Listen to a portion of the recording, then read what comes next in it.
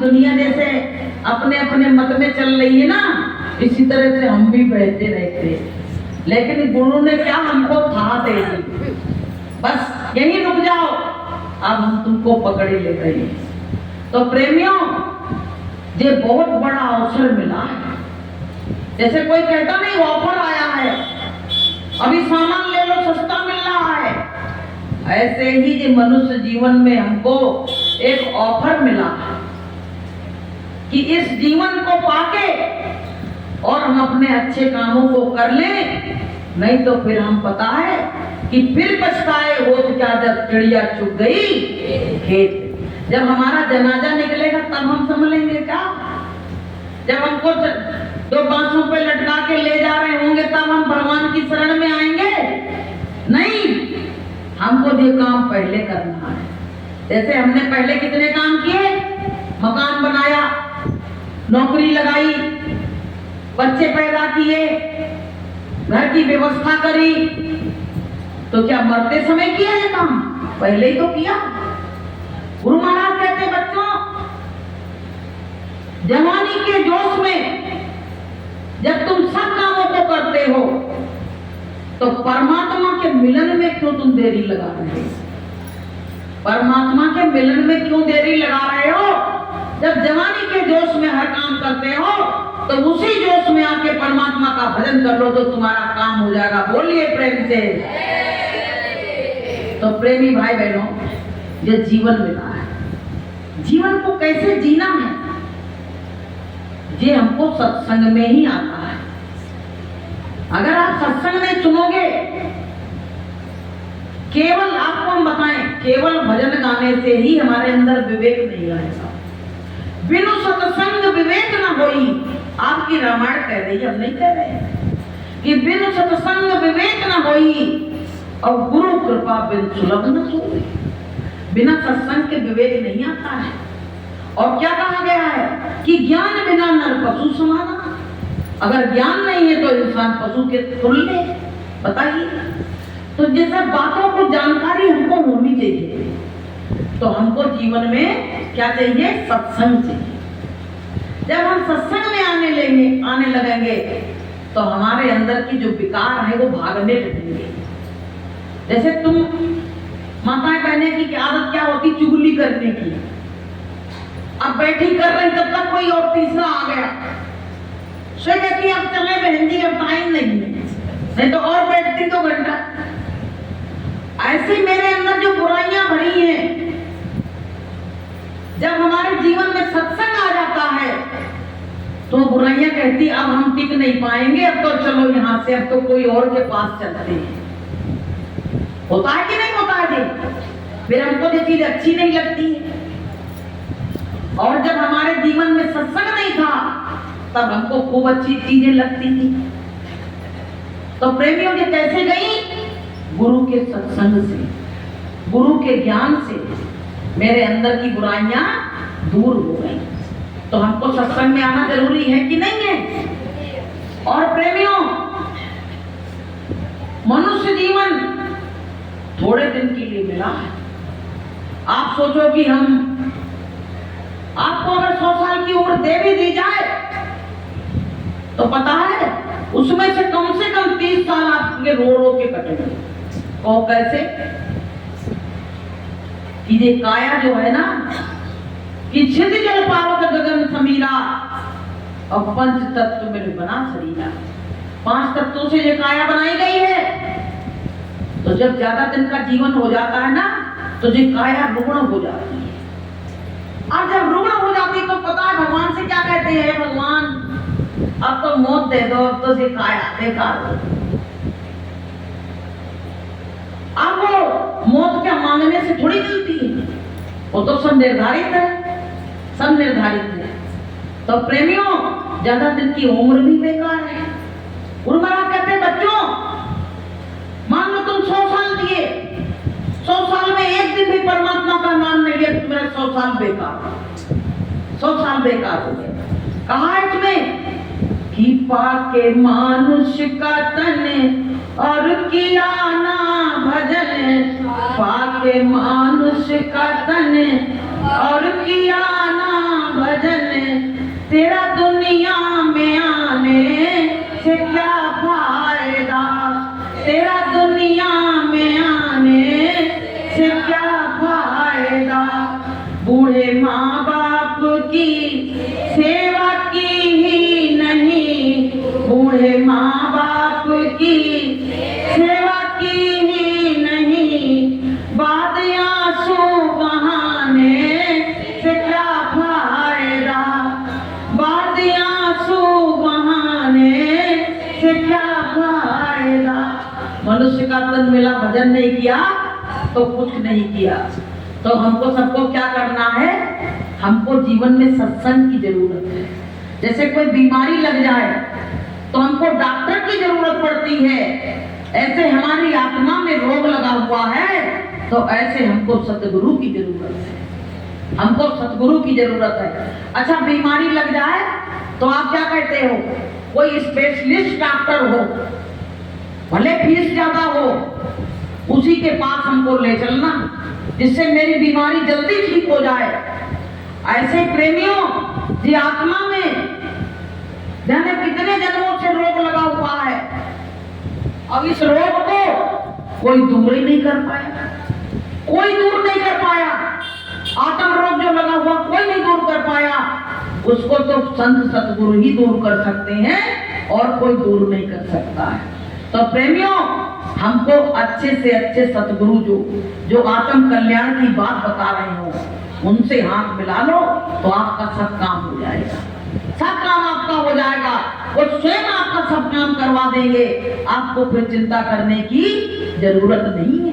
उसमें कहा है कि अब सौंप दिया इस जीवन का सब भार तुम्हारे हाथों में, अब सौंप दिया इस जीवन का सब भार तुम्हारे हाथों में, अब जीत तुम्हारे हाथों में और हार तुम्हारे हाथों में, अब सौंप दिया इस जीवन का सब भार तुम्हारे हाथों।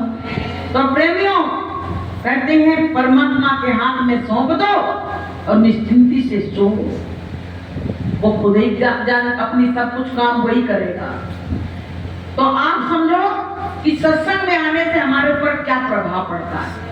उसके लिए आपको हम बताते हैं, दृष्टांत है कि एक बार किसी ने कहा कि सत्संग में आने से क्या लाभ मिलता है। एक संत के पास गए एक व्यक्ति, कहने लगा सत्संग में आने से क्या फायदा है, तमाम माताएं बहनें नहीं कहती। तो गुरु ने कहा कि तुम्हारे प्रश्न का उत्तर मैं दूंगा, पहले जो मैं कह रहा हूं वो करो। कि बोले वो पहाड़ी पे चले जाना और जाके और लौट आना, जो तुमको मिले उसके दर्शन कर लेना। अब भैया जी गया, पहाड़ी पे गया तो एक पेड़ लगा था, उस पे एक कौवा बैठा था, कांव कांव कांव कांव कर रहा था। तो कहने लगे गुरुजी ने तो भेजा है, तो यहाँ तो एक कौवा दिख रहा है और तो कोई दिख ही नहीं रहा। तो उसने कौवा को देखा और लौट आए। बोले गुरुजी भेजा था, गए थे, आज्ञा का पालन किया, लेकिन हमको वहां कोई मिला नहीं। वो सोच रहा था कोई इंसान मिलेगा, भगवान मिलेंगे, वहां मिला कौन? कौवा मिला, कौवा मिला। अब प्रेमियों क्या हुआ, चलो चुप रहा। तो प्रेमियों कौवा जो क्या था, गुरुजी ने कही अच्छा कल फिर जाना, कल फिर जाना। अब दूसरे दिन जब गए तो कौवा का हंस बन गया। कौवा क्या बन गया? हंस बन, सब लोग बोला कौवा क्या बन गया? हंस बन गया। अब क्या हुआ, गुरुजी ने कहा तीसरे दिन फिर जाना। तो गुरुजी यूं ही बहका रहे हैं, कुछ ना मिल रहा ना कुछ हो रहा है, और रोज कहते वहीं चले जाना, पहाड़ी पे चले जाना। फिर गए भाई, गुरु की आज्ञा का पालन किया। तो अब क्या हुआ, कौवा जो था बगुला बना उसको देख के। फिर जब तीसरे दिन गए तो कौवा हंस बन गया। अब वो आए कहने लगे हंस बन गया, तो गुरुजी ने कहा कल और चले जाना। तो फिर चौथे दिन गए तो बोले वो तो वहां कोई नहीं दिख रहा, वो तो देव बैठे थे। तो जैसे इसको देखा तो देव उतर के और इनके चरणों में गिर पड़े, जो देखने गया था, गुरु ने भेजा था। तो कहने लगे भैया मेरे चरण क्यों छू रहे हो? अरे बोले तुम्हारे दर्शन करके पहले मैं कौवा था, फिर बगुला बना, फिर हंस बना, और हंस से आज मैं देव बन गया। तो किसकी दया से बने? गुरु की दया से, क्योंकि वो गुरु का भक्त था और उसके दर्शन करने से बताओ इतना बड़ा परिवर्तन हो गया। और जो गुरु के रोज दर्शन करेगा उसका क्या हाल हो गया। तो प्रेमियों, कहने का मतलब ये है कि सत्संग में आते आते हमारी भावनाएं, विचार सब बदल जाते हैं और हम साफ सुथरे हो जाते हैं, तब हम परमात्मा के मिलने के लायक बन जाते हैं। तो प्रेमी भाई बहनों, इसलिए हमको सत्संग में आना जरूरी है। तो सत्संग की बहुत बड़ी महिमा है।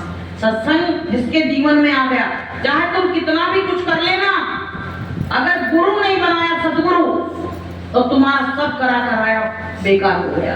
कहा गया है कि गुरु बिन माला फेरते और गुरु बिन देते दान, वो भी सब निष्फल गया और पूछो वेद पुराण। कहते हैं बिना गुरु के तुम जो भी काम कर रहे हो सब बेकार हो जाएगा, उसमें काल विघ्न डाल देगा। और गुरु को साथ में लेके कर रहे हो तो उसमें काल विघ्न डालने वाला नहीं है। इसलिए हमको सतगुरु बनाना जीवन में जरूरी है। तो प्रेमियों, ये मानव जीवन का हमने आपको महत्व बताया कि परमात्मा का भजन करो, गुरु की शरण लो, और सत्संग में आने से आपके जीवन में परिवर्तन आ जाएगा। अब प्रेमियों, हमको संसार में हमारी रहनी कहनी कैसी होनी चाहिए? हमारी रहनी कहनी बड़ी अच्छी होनी चाहिए। देखो आपको हम बताएं, गुरु महाराज कहते हैं दया ही धर्म का मूल है। जिसके अंदर रहम है उसी को रहमान मिलेगा, जिसके अंदर रहम नहीं है उसको रहमान कभी मिल नहीं सकता है। हर इंसान चाहते हैं कि मंदिर में जाके हम पूजा करें और मेरी मन्नत पूरी हो जाए। लेकिन आप एक बार बताओ, जो देवी देवता सब बैठे हैं, जो साफ सुथरे हैं कि नहीं है? जो अंडा मांस शराब पीते खाते हैं क्या है? कोई चढ़ाता है इसमें? बल्कि खा के आएगा तो उसकी आत्मा नहीं बोलेगी कि हम इस मंदिर में घुसे। कोई की आत्मा नहीं बोल सकती कि मंदिर में घुसे, उस दिन घुसेगा नहीं। शराबी भी जानता दरवाजे बाहर डला रहेगा, मंदिर में आके नहीं लेटेगा, तो देवता पटक नहीं देते। अब बताइए, जब इस मंदिर को किसने बनाया? कारीगरों ने बनाया। बनाया कि नहीं बनाया? फिर लोगों ने इसकी प्राण प्रतिष्ठा करवाई, मूर्ति ला के, यही तो कराया। और ये मंदिर किसने बनाया? भगवान ने। और कितने दिन में बनाया? 9 महीने में। बताइए, वो चाहता तो एक दिन में तैयार कर देता, लेकिन नहीं, उसने इंसान को दिखाने के लिए 9 महीने में तैयार किया। आप बताइए कि इस मंदिर में हमको अंडा मांस शराब डालना चाहिए? उसको तो कारीगर ने बनाया, तब इतना डर लग रहा है, और इसको तो स्वयं परमात्मा ने बनाया है। आप बताइए, इसमें हम गंदगी कर रहे हैं तो अच्छा काम कर रहे हैं? इतना अच्छा मकान दे परमात्मा ने बनाया कि 2 पैर बना दिए, हाथ बना दिए, बढ़िया चलता फिरता मंदिर है जी। तो प्रेमियों, ना हमको इस मंदिर में गंदगी करना चाहिए और ना हमको इस मंदिर में करना चाहिए। कि तेरे पूजन को भगवान बना मन मंदिर आलीशान, तेरे पूजन को भगवान बना मन मंदिर आलीशान, बना मन मंदिर आलीशान, बना मन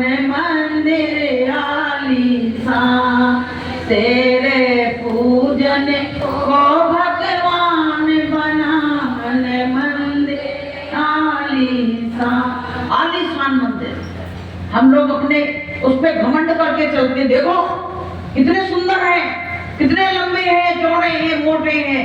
बनाया किसने? परमात्मा ने। घमंड कौन कर रहा है? हम खुद कर रहे हैं। तो प्रेमियों जिन्हें ज्ञानता का काम कर रहे हैं। तो देखो, अगर परमात्मा से मिलना है तो साफ सुथरे हो जाओ। साफ सुथरे जब हो जाओगे तभी वो मिलेगा। पता है परमात्मा कहाँ बैठा है?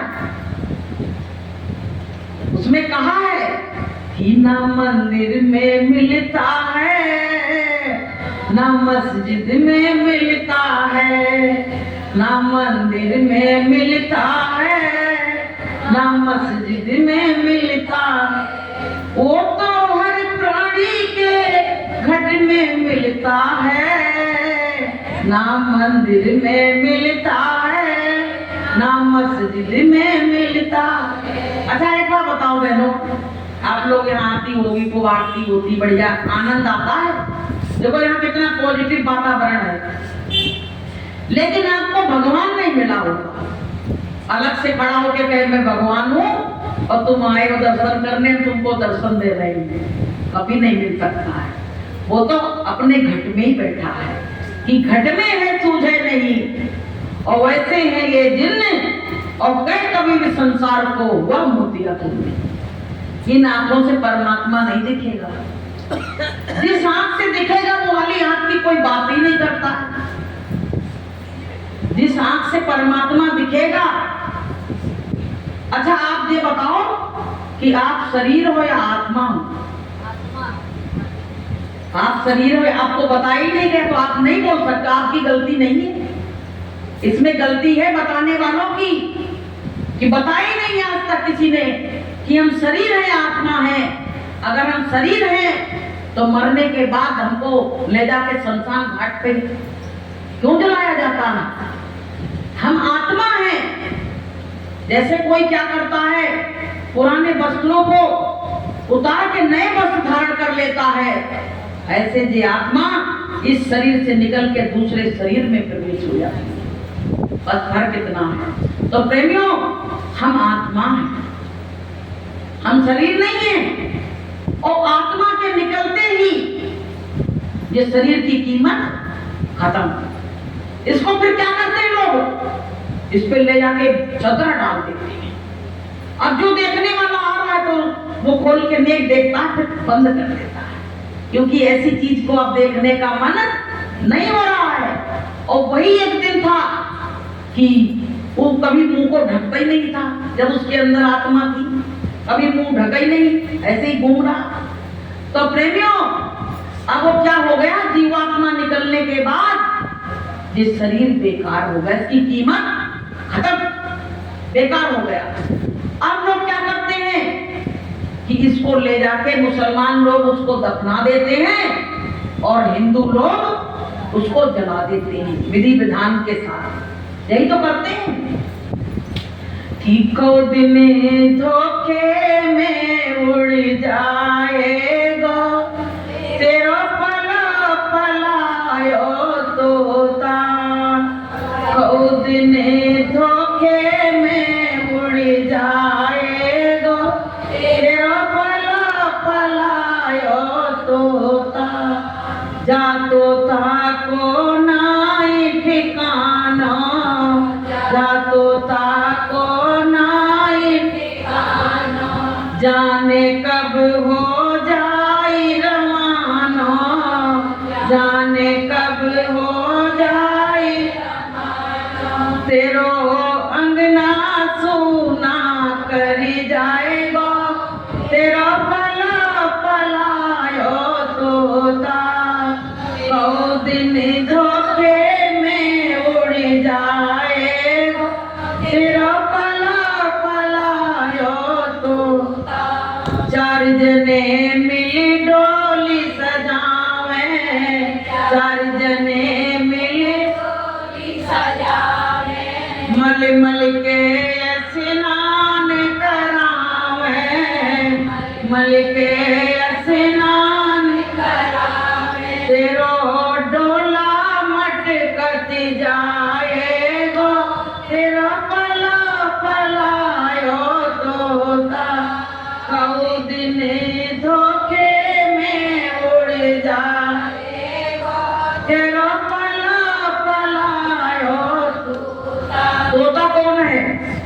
वो पिंजरा में बंद रहते वो नहीं है। इसके अंदर जो तोता बैठा था वो निकल गया, तुम्हारा आंगन सुना करके चला गया।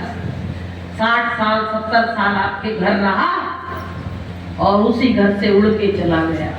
किसी ने देखा तोते को अब तक निकलते देखा? किसी ने तोता नहीं देख पाया।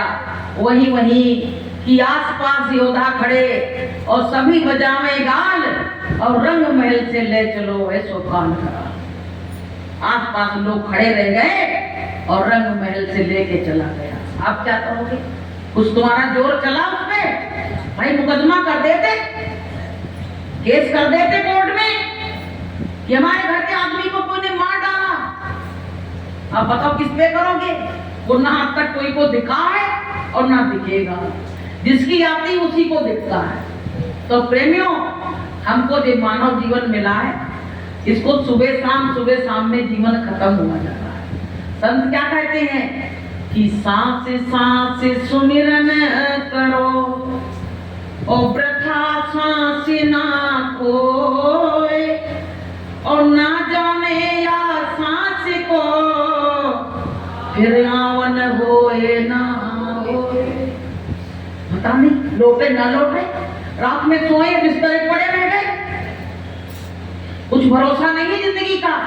और आजकल हो भी रहा है, नाच रहे डांस कर रहे हैं, अटैक आ गया वही मर गए।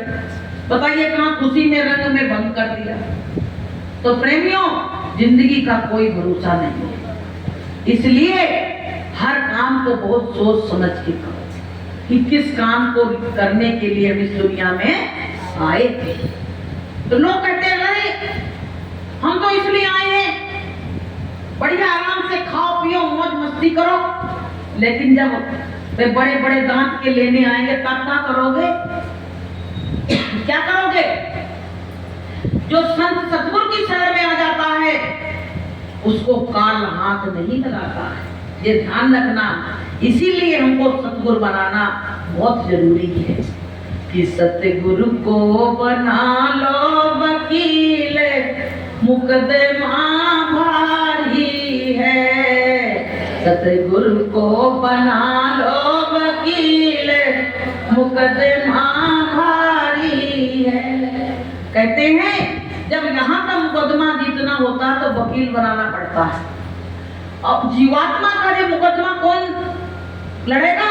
केवल सतगुरु ही लड़ सकता है। तो उनको वकील बना लो तो तुम समझ लो मुकदमा जीत गए और तुम्हारा आवागमन से छुटकारा हो गया। तो प्रेमियों, ये मानव जीवन की कदर करो। संतों ने कहा है कि कबीरा तो तन जाती है। कहते हैं कि कबीर साहब कहते हैं कि ये तन जो तुम्हारा है वो जात है। अब जो तुम्हारा तन जो है धीरे धीरे, अच्छा इतने लोग बैठे हो, सबकी उम्र धीरे धीरे बढ़ी तो रही है, बढ़ रही है। और हम बड़े खुश हो रहे हैं कि हम तो दादी बन गए, नानी बन गए, पदवी मिल गई। पदवी नहीं मिली है, अब पता मरघट पे जाने की पदवी आ रही है। अब वहां की जाने की पदवी आ रही है। ये पदवी मिलते नानी शब्द आ गया, दादी शब्द आ गया, समझ लो भैया आ गया बुढ़ापा। अब तो हमारा समय धीरे धीरे पदवी बदल गई। अब क्या कहते नहीं है कि 51 कि चलो बंद, अब तुम 51 के हो गए तो अब बंद चलो, अब तुम यहाँ रहने वाले नहीं हो। लेकिन पहले क्या होता था कि जल्दी शादियां हो जाती थी तो समय से बच्चे हो जाते थे, समय से काम निपट जाते थे, तो सब अपने पूजा पाठ में लगे रहते थे। तीर्थ यात्रा को जब जाते थे ना तो क्या कहते जाते थे कि भैया सबसे मिलजुल के, कहते पता नहीं लौटे ना लौटे। और जब नहीं लौटते थे तो उनकी तेरहवीं कर दी जाती थी। बहुत लोग तो लौटते ही नहीं थे, लौट के चले गए तो चले ही गए। तो प्रेमियों, अब 51 में शादी हो रही है, बताओ 51 में शादी हो रही है तो बनकों को जाएगा शादी करके? कोई मन को जाएगा ना? शादी करके संन्यास लेगा क्या? तो बताइए, सब कुछ बदल गया, सब नक्शा बदल गया। अब तो सब बातें वो हो गई। तो प्रेमियों, जो जागरूक लोग होते हैं वो उसी में से अपना काम करते रहते हैं। जैसे आप रसोई में हो तो रसोई में आपका क्या काम है कि खाना बनाने का, तो उसमें आपके पास रसोई में कोई नहीं जाएगा। रसोई से सब डरते हैं कि वो लगी अकेली लगी रहने दो, तो उसमें पता तुम क्या करो, मीरा की तरह कि उसी में परमात्मा का नाम ले रहे हैं, दाल को धो रहे हैं तो जय गुरुदेव बोल रहे हैं, सब्जी को काट रहे हैं तो जय गुरुदेव बोल रहे हैं, क्योंकि उस समय केवल तुम हो और तुम्हारा गुरु है और कोई नहीं है वहां पे। सही बात है बहनों की नहीं सही है? अब आपको चेपे में भजन नहीं होता है, अरे करने वाले तो रसोई में ही परमात्मा का नाम लेते रहो, भजन चलता रहेगा, सुमिरन चलता रहेगा। तो प्रेमियों, वो भोजन जो खाएगा उसकी मति बिल्कुल बदल जाएगी, धीरे धीरे उसकी मति इतनी अच्छी हो जाएगी कि तुमको यूं लगेगा कि ये परिवर्तन कहां से हो रहा है। अब आजकल बहनें क्या करती हैं कि मोबाइल की रील चल रही है, मोबाइल पे लड़ाई चल रही सास बहू की, अब बात देख देख के खाना बना रही है। अब बताओ तुम भाई, विचार अच्छे होंगे कि बुरे होंगे? भाई जैसी दृष्टि वैसी सृष्टि, जैसी तुम दृष्टि से देखोगे वैसे तुम्हारे विचार बनेंगे। तुम गंदी चीजें देख के आओ, तुम्हारे विचार तुरंत दूषित हो जाएंगे। अब सत्संग से आप लोग जाओगे तो आपके विचार बड़े हंसते खेलते अलग चेहरे पे रौनक रहेगी। तो प्रेमियों, कहने का मतलब ये है अपने विचारों में शुद्धता लाओ। शुद्धता कहाँ आएगी? सत्संग से आएगी। सत्संग में जब आप आओगे तो आपके विचार धीरे धीरे निर्मल मन ने कहा है भगवान ने कि मुझसे जो कोई मिलना चाहता है वो निर्मल बन जाए। अब निर्मल बने कैसे? भगवान ने कहा है कि मोहे छल छिद्र कपट नहीं भावा, निर्मल मन जन सो मोहि पावा। कहते मुझको छल छिद्र कपट वाले लोग अच्छे नहीं लगते। अच्छा एक बात बताओ, आप लोगों को फरेबी लोग अच्छे लगते हैं? जैसे कोई आया तुमको धोखा दे के चला गया तो आपको अच्छा लगेगा? दोबारा उससे मिलना चाहोगे? तो परमात्मा कैसे मिलना चाहेगा हम लोगों से अगर हम उसके छल कपट कर रहे हैं? तो समझने वाली बात है, वो तो परमपिता परमात्मा है, वो गंदे लोगों से मिलना नहीं चाहेगा। इसलिए कहते हैं निर्मल मन जन सो मोहि पावा, और मोहे छल छिद्र कपट नहीं भावा। भगवान को छल कपट नहीं पसंद है। साफ हो जाओ, सुथरे हो जाओ मीरा की तरह। देखिए मीरा पे कितने अत्याचार किए गए, सबको मालूम है, इतिहास गवाह है, लेकिन मीरा ने परमात्मा से लगन नहीं छोड़ी। परमात्मा से लगन नहीं छोड़ी। मीरा ने महलों में रहते ही परमात्मा को पा लिया, और सिमरी ने अपना घर छोड़ा तब उसको परमात्मा मिला। देखिए, और मीरा ने घर में रह के ही परमात्मा को पा लिया। तो प्रेमियों, हमको मीरा जैसा बनना चाहिए कि नहीं बनना चाहिए? देखो लोग बालों क्या विचार है कि 4 लड़का हो जाते तो मेरा नाम हो जाएगा, यही तो विचार में आदमी बच्चा करता है। मीरा के कितने बच्चे थे मालूम है किसी को? एक नहीं थे, एक भी नहीं थे। और आज उनका नाम कौन नहीं जानता है? कौन नहीं जानता? सब जानते हैं। जो जरा सा भी जागरूक होगा सब मीरा का नाम जानता हो।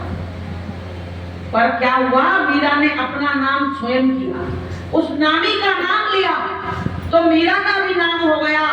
और जो उस नामी का नाम नहीं लेगा उसका नाम संसार में कभी हो नहीं सकता है। तो प्रेमियों, हम सोच रहे हैं भाई बच्चा नाम करेंगे, अब बताइए कोई का कोई नाम करता है? बच्चा तो आज हमको बता रहे हैं आपको कि नाम को और डुबोए दे रहे हैं। आजकल के बच्चे नाम को और डुबोए दे रहे हैं। पहले तो नेक गनीमत भी थी, अब तो वो नाम को और डुबोए दे रहे हैं। तो हमको परमात्मा से लगन दिखाना, जिसकी लागी रे लगन भगवान से, जिसकी लागी रे लगन भगवान से, उसका दिया भी जलेगा तूफान से, उसका दिया भी जलेगा तूफान से। जिसकी लागी रे लगन भगवान से, जिसकी लागी रे लगन भगवान से, उसका दिया भी जलेगा तूफान से। चाहे जितना बड़ा तूफान आ जाए, तुम बिल्कुल भरोसा कर लो, गुरु का तो भरोसा कर लो। आएगा तूफान, तुम्हारे ऊपर से निकल जाएगा, पर तुम्हारा बाल बाका नहीं निकलेगा। बोलिए प्रेम से। वो शक्ति, वो पावर सदगुरु में है प्रेमियों। ऐसे सब लोग पीछे पीछे नहीं घूम रहे हैं। कहीं प्रॉफिट दिखती है तभी आदमी जाता है, ऐसे नहीं जाता है। एक बार आपको बता, संत क्या नहीं कर सकते हैं? कहते हैं लेक पे मेघ मारने का काम संत करते हैं। जैसे काल ने तो लिख दिया कि तुम्हारा ये होगा, भाग रेखा ये सब बना दी। जब हम पैदा होते हैं तो वो सब खाका पहले ही बन जाता है। कहा प्रारब्ध पहले रचा और पीछे रचा शरीर, और बंदे चिंता त्याग दे भले श्री रघुवीर। हमारा प्रारब्ध पहले ही बन गया। तो पता है संत क्या करते हैं कि लेख पे मेघ मारने का काम संत करते हैं। जब ये वेद और पुराण सब लिखे गए, वो स्याही जब बच गई तो कहने लगे इसको कहाँ डाल सकते हैं, फेंक नहीं सकते हैं, ये बड़ी कीमती चीज है। तो कहने किसको दी जाए, कोई कुछ लिख देगा तो वही हो जाएगा। तो बोले उनको दे आओ, सतगुरु को, संत सतगुरु को दे दो। बताइए, उनको दी गई। बोले ये इनमें वो पावर, वो शक्ति रहेगी कि किसी की ये भाग्य रेखा को भी मिटा सकते हैं। बताइए पहले। एक बार पता क्या हुआ, एक व्यक्ति था और उसके बच्चे नहीं थे, तो पत्नी रोज लड़ाई करती थी, कहती थी कोई बाबा पास चलो। तो जहां जाती थी सब कह देते थे तुम्हारे बच्चे लिखे ही नहीं। एक बार नारद जी आए तो नारद जी से कही कि हमारी ने प्रार्थना कर देना विष्णु भगवान से। नारद जी ने कहा, वहां जाके भगवान ने कहा भाग्य में बच्चे नहीं है तो कहां से मिल जाएंगे। तब तक एक फकीर महात्मा आवाज देते हुए आए कि एक रोटी दो तो एक बच्चा लो। जैसे बेचने वाले बाहर आते आवाज लगाते हैं, क्या कही कि एक रोटी दो एक बच्चा लो। तो आदमी तो चुपचाप बैठ गया, लेकिन लेडीजों की आदत होती है आखिरी दम तक धमैया धरे रहती, जब तक काम पूरा नहीं हो जाए, आखिरी दम तक। अब क्या हुआ, आदमी था नहीं, तो जी बाहर निकल के आई, बोली बाबा क्या कह रहे हो? अरे बेटी एक रोटी दे एक बच्चा ले। बोली बाबा मेरे तो भाग्य में नहीं लिखा है, भगवान ने मना कर दिया, नारद जी मना कर दे। तो बोले तुम ले तो आ रोटी। उसने क्या किया, 11 रोटी बनाई, एक ना दो, पूरी टीम तैयार कर दी क्रिकेट की, 11 रोटी बनाई। अब क्या हुआ, 11 रोटी महात्मा जी को दी तो उसके 11 बच्चा हुए, 11 साल में 11 बच्चा हुए। अब बड़ी खुश, बोले बताओ जो काम भगवान ने नहीं कर पाए संत कर गए हैं? कहते हैं कि परमेश्वर से गुरु बड़े और गावई वेद पुराण, और बिना दया गुरुदेव की मिलत नहीं भगवान। बिना गुरुदेव की दया के भगवान नहीं मिल पाएंगे।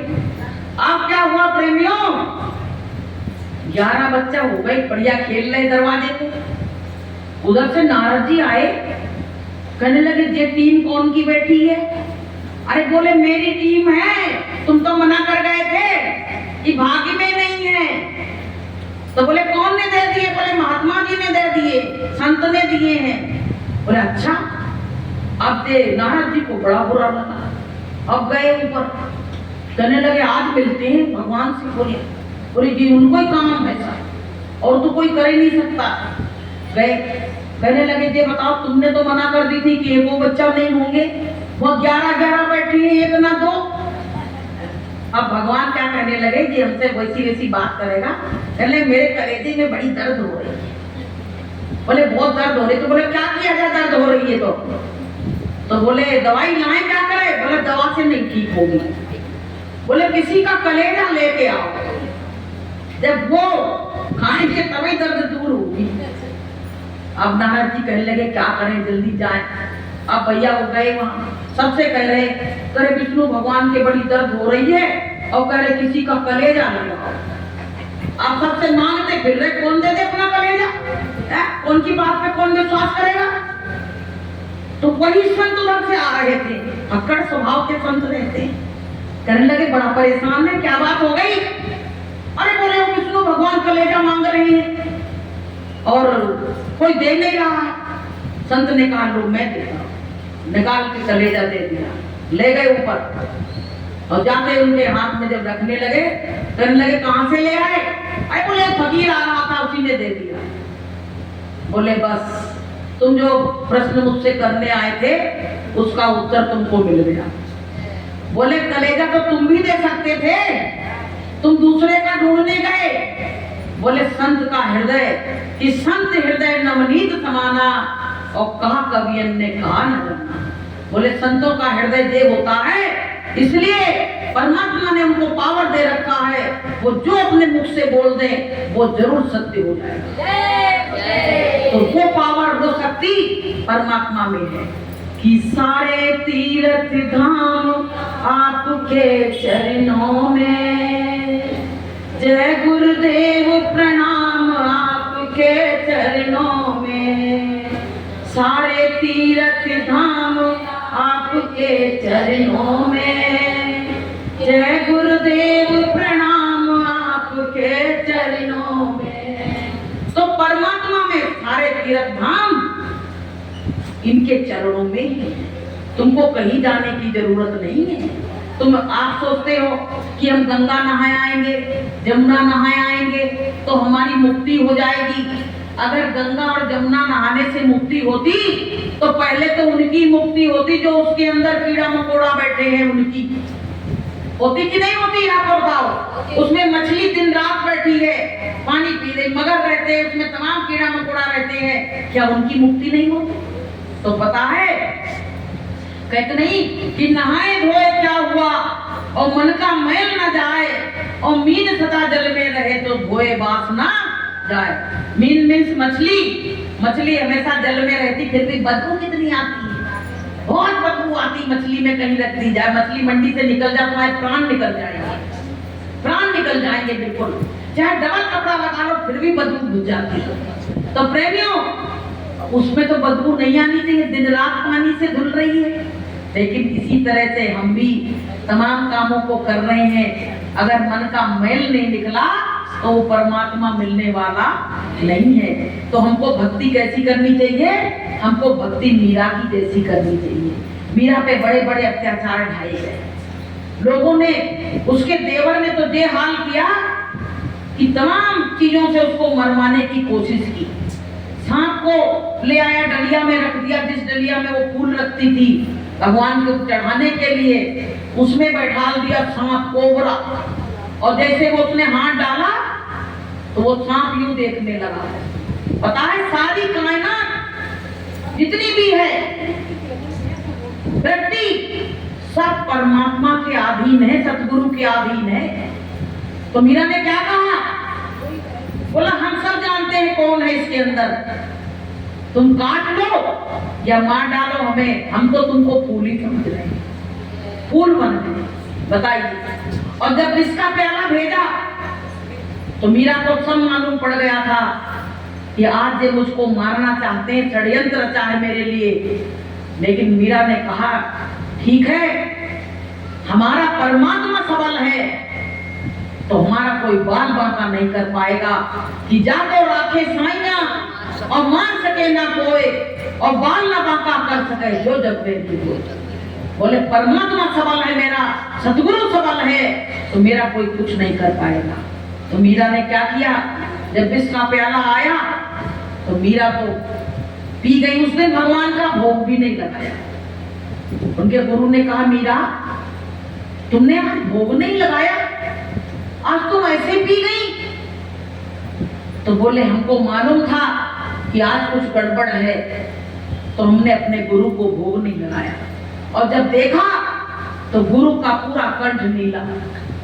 तो बोले मीरा तुमने नहीं लगाया, पर मैं तो देख रहा था तुमको विष दे रहे थे मेरे देखते वो कैसे तुमको विष दे देते, इसलिए मैंने उस विष को उसमें से निकाल लिया और तू पी गई तो तेरे ऊपर कोई असर नहीं। तो प्रेमियों देखिए, परमात्मा चाहे तो क्या नहीं कर सकता है कि भगत के बस में है भगवान, भगत के बस में है भगवान, भगत बिना तो कुछ भी नहीं है, भगत बिना तो कुछ भी नहीं है, भगत उसकी शान, भगत के बस में है भगवान, भगत के बस में है भगवान। अब भगवान भक्त के बस में आ गया कि नहीं आ गया? तो प्रेमियों, इसी तरह से हम विश्वास के साथ आपको हम बताएं, हम काम करेंगे तो आपको डरने की जरूरत नहीं है। कि डरने की क्या बात है, और तेरे सिर पे गुरु का हाथ है, जिसके हाथ में गुरु का हाथ है तो फिर डरने की क्या बात। तो हमको भरोसा तो हो, भरोसे नहीं है, जहां परंतु लेकिन लग गया विश्वास खत्म हो गया, और परंतु लेकिन नहीं है तो समझ लेना वहां काम बिल्कुल क्लियर है, बिल्कुल क्लियर है। तो प्रेमियों, परमात्मा शक्ति बहुत बड़ी है, और आजकल के समय में लोग परमात्मा की तरफ मुड़ भी रहे हैं, लेकिन काल शक्तियां जो हैं, गुरु महाराज ने कहा कि काल की शक्तियां चमत्कार दिखा रही हैं और दयाल की शक्तियां चमत्कार नहीं दिखाती। हमारे गुरु महाराज कभी आपका चमत्कार नहीं दिखाए, लेकिन धीरे से आके जब भक्त पे मुसीबत पड़ी तो धीरे से काम बना के चले गए, धीरे से काम बना के चले गए। तो प्रेमियों, वो अपना चमत्कार नहीं दिखाते हैं, कोई रेडियो में और कोई टीवी पे गुरु महाराज का कभी कुछ नहीं आया, लेकिन देखिए कितने बड़े संख्या में संगत तैयार कर दी गुरु महाराज ने। तो प्रेमियों, जो चमत्कारी शक्तियां वो तो अपना नाम कमा रही हैं। अभी चमत्कारी शक्तियों का क्या हाल हुआ, हाथरस में कितना बड़ा कांड हुआ, कितना बड़ा कांड हुआ। हम किसी का हम विरोध नहीं करते, सबको प्रणाम करते हैं, लेकिन देखिए उन शक्तियों ने कितनों के घर उजड़ गए, कितनों के घर उजड़ गए, बताइए। तो प्रेमियों, ऐसी भीड़ भाड़ से थोड़ा बचो, थोड़ा बचो।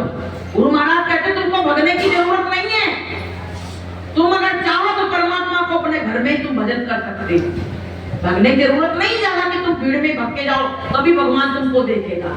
और छोटे मोटे सत्संग होते उसमें आके बैठ जाओ, बस तुम्हारा काम हो जाएगा, तुमको रोज मिल जाएगा और तुम सुनन ध्यान भजन करने लगोगे। तो प्रेमियों, संत आए हैं जगत में हमको पार लगाने के लिए, तारने के लिए संत आए हैं। कि संत जगत में आते हैं जग तारने के लिए, थोड़ा समय निकाल प्रभु गुण गाने के लिए, गुरु गुण गाने के लिए हरदम है तैयार तू पाप कमाने के लिए, थोड़ा समय निकाल प्रभु गुण गाने के लिए, गुरु गुण गाने के लिए। तो थोड़ा समय परमात्मा के काम के लिए निकालो। तो मीरा क्या करती थी, रात रात अपने परमात्मा के लिए रोती रहती थी। बताइए, सब चीजें उसके सामने रखी है विषय भोग की, लेकिन उनका मन विषय भोगों में नहीं लग रहा है। उसके मन में आग लग गई परमात्मा से मिलन की, तो दुनिया का उनको सुख सब बेकार लगने लगा। दिन और रात रोए। उनके घर वाले शंका करें कि किसी से लगी होगी, अपने पति को नहीं देख रही है, जरूर किसी से प्रेम होगा। वो कहने लगी कि मेरे तो गिरधर गोपाल दूसरो ना कोई, और जाके फिर मोर मुकुट वही पति सोई। अब बताइए, मोर मुकुट वाले को अपना पति मान लिया। जो परमात्मा को अपना पति मान लेता है उसको कभी विधवा नहीं होना पड़ता है। जो संसारी लोगों को पति मानते हैं उनको तो विधवा होना पड़ता है, क्योंकि परमात्मा अमर है, अजर है, अविनाशी है, वो कभी विनाश नहीं होता है। लेकिन संसार के पतियों का तो विनाश होता है। एक दिन सबको रोना पड़ता है, जब एक दूसरे का साथ छूटता है तो रोना पड़ता है।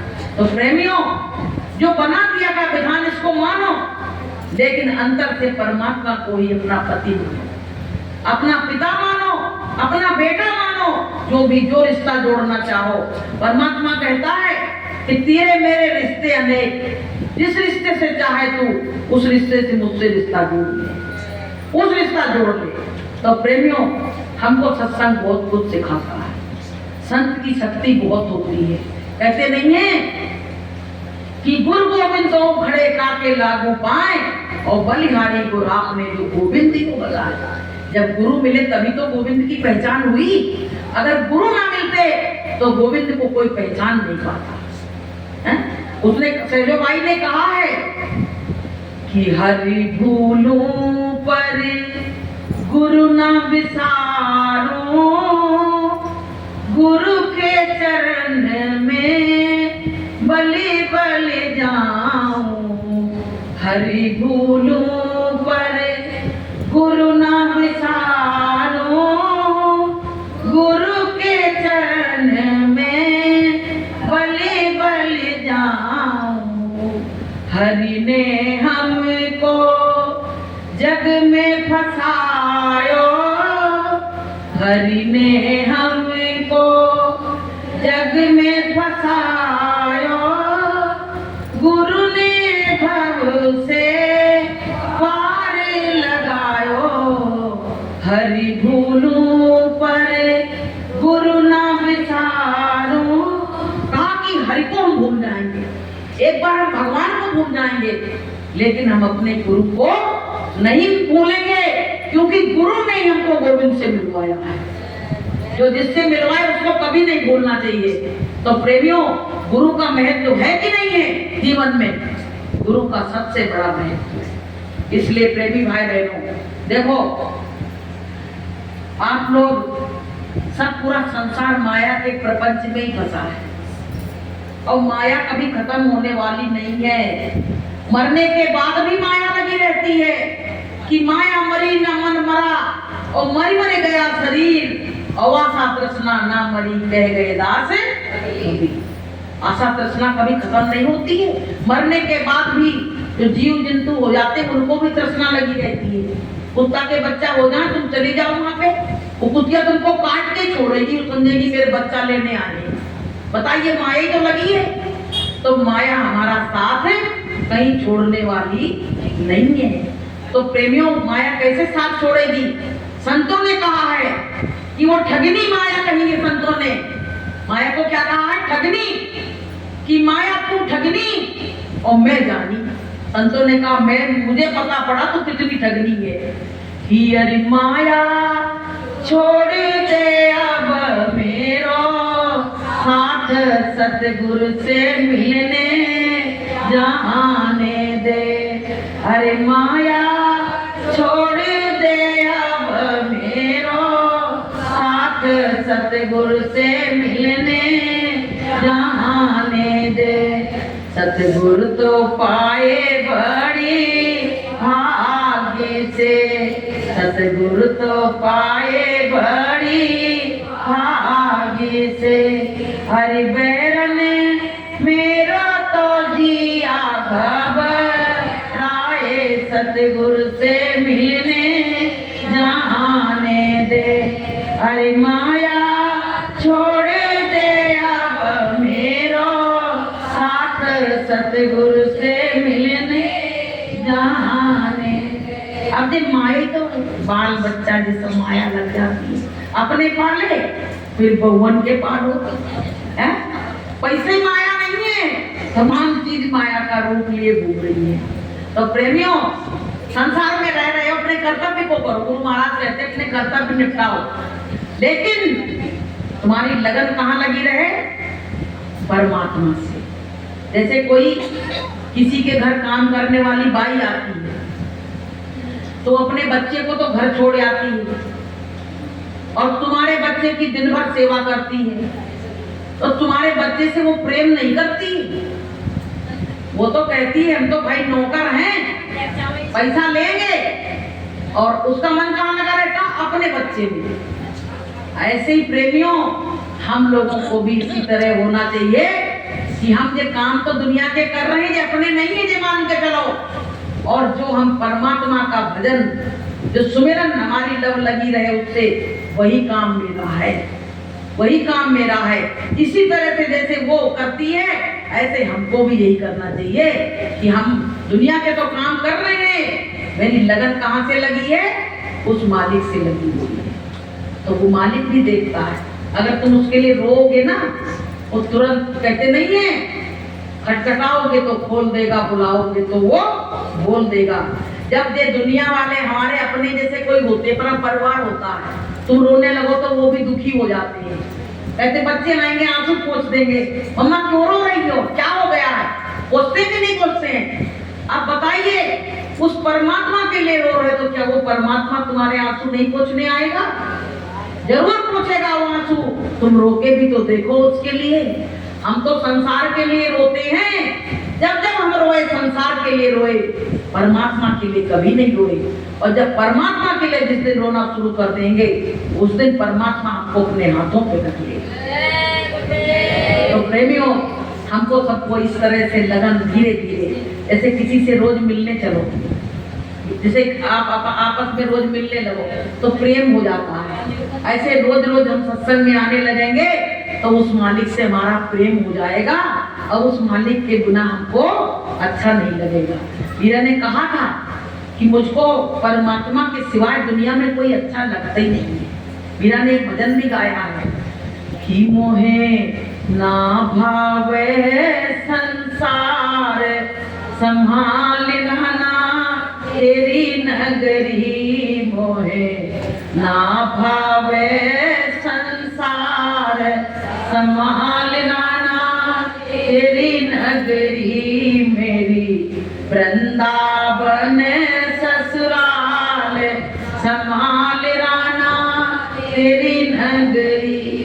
तेरी नगरी रे राना, तेरी नगरी।